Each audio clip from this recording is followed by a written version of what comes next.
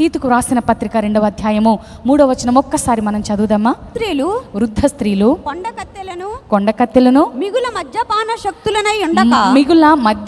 శక్తులైనై ఉండక ప్రవర్తన యందు, ఇది చాలా జాగ్రత్తగా వినండి, ప్రవర్తన యందును భయభక్తులు గలవారై ఉండవలెననియు దేవుని వాక్యము దూషింపబడకుండునట్లు, ప్రవర్తన యందు భయభక్తులు గలవారై ఉండవలెనని దేవుని వాక్యము దూషింపబడకుండునట్లు యవన స్త్రీలు తమ భర్తలకు లోబడి ఉండి తమ భర్తలను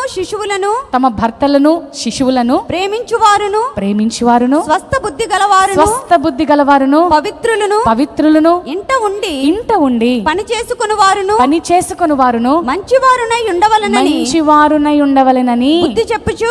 చాలండి, ఇక్కడ వృద్ధులను జ్ఞాపకం చేస్తూ ఉన్నాడు, భార్యలను జ్ఞాపకం చేస్తూ ఉన్నాడు, మంచివారిని, యవనస్తులను, స్త్రీలనందరినీ కలిపి ఇక్కడ ఏం చెప్తున్నారంటే మీరు మంచి బుద్ధి కలిగి ఉండండి, మంచి ప్రవర్తన కలిగి ఉండండి అని దేవుని లేఖనాలు చెప్తూ ఉన్నాయి. ఉందా మంచి ప్రవర్తన? అదేంటండి నిస్సిపాల్ గారు మాకు మంచి ప్రవర్తన లేదా అంటారు కదా.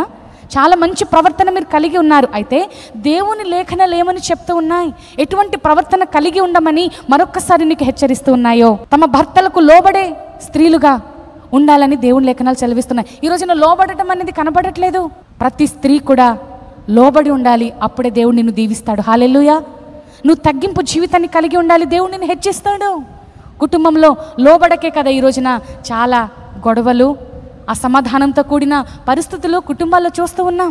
దేవుని లేఖనాలు ఏం చెప్తున్నాయో తెలుసా, మీ ప్రవర్తన యందు మీరు జాగ్రత్తగా ఉండుడి, దేవుని నామానికి మహిమార్థకరంగా నువ్వు ఉండాలని దేవుడు సెలవిస్తూ ఉన్నాడు. ప్రియ సంఘమా, ఈరోజు నీ కూడిక ఎందుకో తెలుసా, నువ్వు అన్ని విషయాల్లో నువ్వు మారాలని. హల్లెలూయా. అన్ని విషయాలు నీ మనసును మార్చుకోవాలనే దేవుడి ప్రాంతానికి నిన్ను నడిపించాడు. దేవుడు తన సేవకురాండను నడిపిస్తూ ఉన్నాడు. హల్లెలూయా. కాబట్టి ఈ సమయంలో ఒక భార్యగా దేవుడు 2 ఆధిక్యతలు భార్యకే ఇచ్చాడు తెలుసా, ఇల్లాలకే ఇచ్చాడు. ఏంటి ఆధిక్యతలు?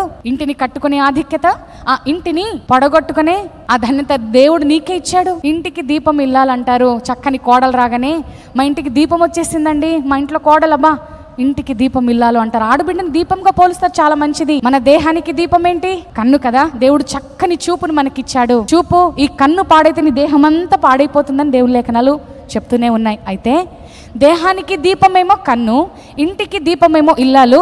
మరి ఈ ఇల్లాలకి దీపం ఎవరు? ఇల్లాలకి కూడా దీపం కావాలి కదా. ముందుకు నడవాలన్నా, ఇంట్లో చక్కబెట్టుకోవాలన్నా ప్రతిదానికి వెలుగు కావాలి, దీపం అవసరం. మరి ఈ ఇల్లాలకి దీపం ఎవరు? దేవుని వాక్యమే దీపమైంది. హల్లెలూయా. నీ వాక్యమే నా పాదములకు దీపము, నా త్రోవకు వెలుగై ఉందని కీర్తన 119వ కీర్తనలో మనం చూస్తూ ఉన్నాం. ప్రియ దేవుని బిడ్డలారా, ఈ ఉదయకాల సమయంలో దీపమై ఉన్న దేవుని దగ్గరికి నువ్వు వచ్చినప్పుడు ఆ దీపాన్ని నువ్వు పొందుకోవాలి. ఆ వెలుగును నువ్వేం చేయాలి? అబ్జర్వ్ చేసుకోవాలి. దేవుని సన్నిధికి వస్తున్నప్పుడు ఎలా ఉండాలని చెప్పాను నేను, ఒక స్పాంజ్ ముక్క వలె ఉండాలి. మెత్తని హృదయం కలిగి ఉన్నప్పుడే దేవుని సన్నిధిలో దొరికే ప్రతి ఆశీర్వాదము, ప్రతి మాట నువ్వు పొందుకొని వెళ్తావు. బండలాగా వచ్చి కూర్చున్నాం అనుకోండి, అది ఎంత కాలము సంవత్సరాల తరబడి నీళ్ళల్లోనే ఉండినా ఒక్క చుక్క బొట్టును కూడా అది పీల్చుకోలేదు. ఈరోజున మన జీవితాలు ఒక బండ వలె ఉండడానికి వీలు లేదు. ఒక మెత్తని స్పాంజ్ వలె మనము దేవుని సన్నిధికి ప్రిపేర్డ్గా రావాలి. Hallelujah. Then only we receive the word of God. అప్పుడే మనం దేవుని వాక్యాలను మనము రిసీవ్ చేసుకోగలుగుతాం, మన జీవితంలో మార్పును మనము చూడగలుగుతాం. ప్రియ దేవుని బిడ్డలారా, మరొక మాటను, ఈరోజున దైవికమైన స్త్రీ చాలా తక్కువగా కనపడుతూ ఉన్నారు. ఈ రోజుల్లో దైవికంగా ఉంటున్నామని అనుకుంటున్నప్పటికీ వారి ఇష్టానుసారంగానే జీవిస్తూ వారి ఇష్టాలను నెరవేర్చుకుంటూ దేవునికి అవమానం తెచ్చే స్త్రీలు ఎంతమంది లేరండి.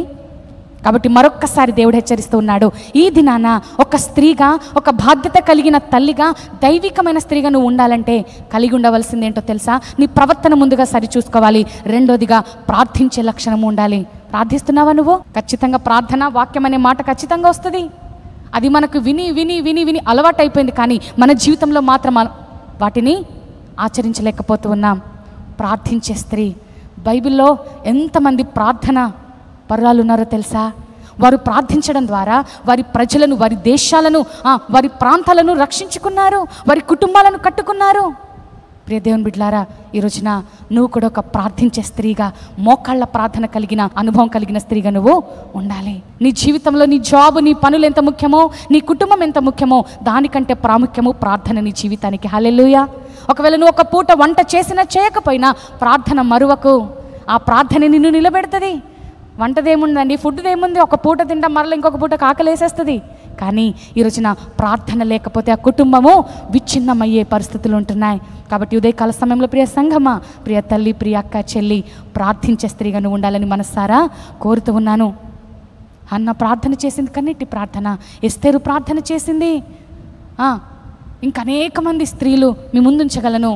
కన్నీటి ప్రార్థనతో వారి జీవితంలో గొప్ప విజయాన్ని వారు పొందుకున్నారు. మూడవదిగా చురుకైన స్త్రీలుగా ఉండాలట. హెబ్రీ స్త్రీలు ఎటువంటి వారట? చురుకైన వారు.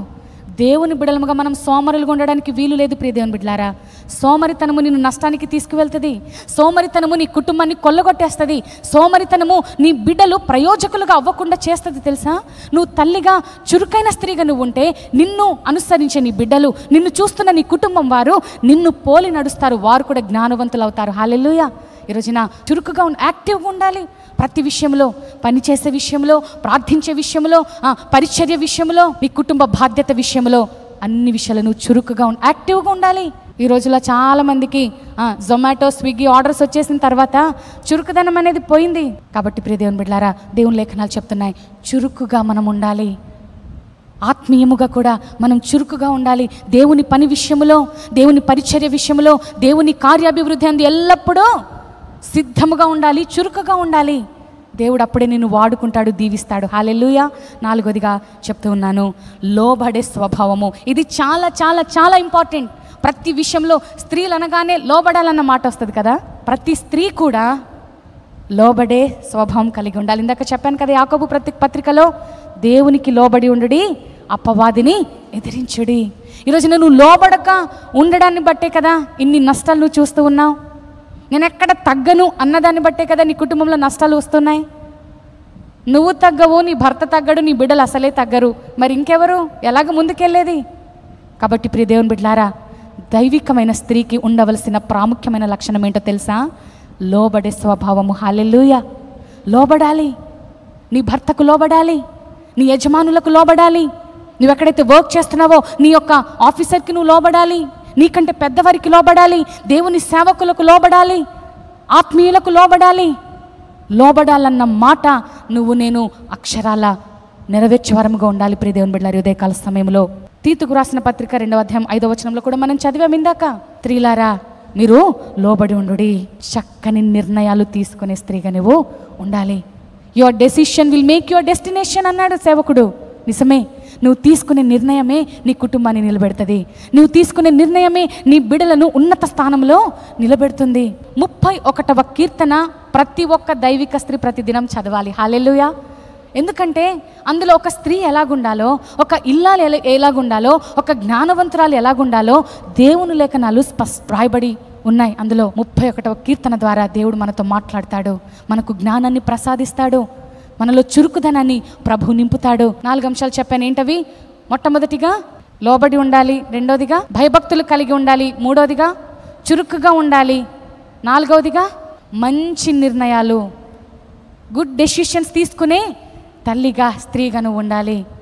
ఎవరో ఏదో చెప్పేశారని వారి ప్రకారం నడవడం కాదు. దేవుని అడుగు నువ్వు ఏదైనా చేయాలనుకుంటున్నప్పుడు దేవుని చిత్తానికి నువ్వు లోబడు, దేవుని సహాయాన్ని నువ్వు కోరాలి. అప్పుడే నీ జీవితంలో ఒక దైవికమైన ఆశీర్వాదాన్ని నువ్వు చూస్తావు. మాకు తెలిసిన ఒక కుటుంబం ఉంది, ప్రతి విషయంలో దేవుని మీద ఆధారపడే జీవితము. వారి బిడ్డల విషయంలో కావచ్చు, తన కుటుంబ జీవితంలో కావచ్చు, ప్రతిదీ కూడా దేవుని సేవకుల సలహాలు తీసుకుంటూ దేవుని చిత్తాన్ని నెరవేరుస్తూ ముందుకు వెళ్తున్న ఆ కుటుంబాన్ని దేవుడు విడిచిపెట్టలేదు. ప్రియ దేవుని బిడ్డలారా, ఈరోజు ఉన్నతమైన స్థానంలో దేవుడు ఆ కుటుంబాన్ని ఉంచాడు. ఆ తల్లి అంటది, మాదేమి కాదండి, దేవుడు మమ్మల్ని నడిపిస్తున్నాడు, మమ్మల్ని మేము దేవునికి అప్పగించుకున్నాము అంతే, దేవుడే మమ్మల్ని నడిపిస్తున్నాడని. నిజమే ప్రియ దేవుని బిడ్డలారా, ఈ రోజున మన సొంత ఆలోచనలు కాదు. మనం పాట పాడతాం కదా, నా స్వంత ఆలోచనలే కలిగించెను నష్టము, నీకు కలిగిన ఆలోచనలే నాకు లాభమాయెను. ఆలోచనకర్త నీ ఆలోచనయే నాకు క్షేమమయ్యా. ఆలోచనకర్త ఆలోచనకర్త నీ ఆలోచనయే నాకు క్షేమమయ్యా. నీ ఆలోచనయే నాకు క్షేమమయ్యా. నీ ప్రేమే చూపకపోతే నేనేమైపోదునో, నీ కృపయే లేకపోతే నాకు ఊపిరి లేదయ్యా. నీ ప్రేమే చూపకపోతే నేనేమైపోదునో, నీ కృపయే లేకపోతే నాకు ఊపిరి లేదయ్యా. హల్లెలూయా. నాకు కలిగిన అనగా మనకు కలిగే ఆలోచనలు దేనికి నడిపిస్తాయట? నష్టానికి నడిపిస్తాయి. కానీ దేవుని ఆలోచన ప్రకారం నువ్వు నడిచినప్పుడు అవన్నీ ఏ విధంగా మారతాయి? గొప్ప లాభంగా మారతాయి. హల్లెలూయా. కాబట్టి ప్రియ సహోదరులారా, ప్రియ తల్లులారా, ఈ ఉదయకాల సమయంలో ఈ యొక్క ఉమెన్స్ రిట్రీట్ ద్వారా 4 అంశాలు దేవుడు మొదటి మాటలుగా దేవుడు అనుగ్రహించారు. చురుకుగా ఉందాం, ప్రార్థించే స్త్రీలముగా ఉందాం, విధేయత చూపే స్త్రీలముగా మనం ఉందాం, చక్కని నిర్ణయాలు తీసుకునే వారంగా మనం ఉండాలి. ఒకవేళ నీకు సరిపోవట్లేదా నీ జ్ఞానము, ఎలా నిర్ణయం తీసుకోవాలో తెలియట్లేదా, ప్రభువుని అడుగు. ప్రభు అన్నాడు, మీలో ఎవరికైనా జ్ఞానం కొదుగుంటే నన్ను అడుగండి, నేను జ్ఞానమునిస్తానన్నాడు. నిజంగా మోషే బొంకాడండి.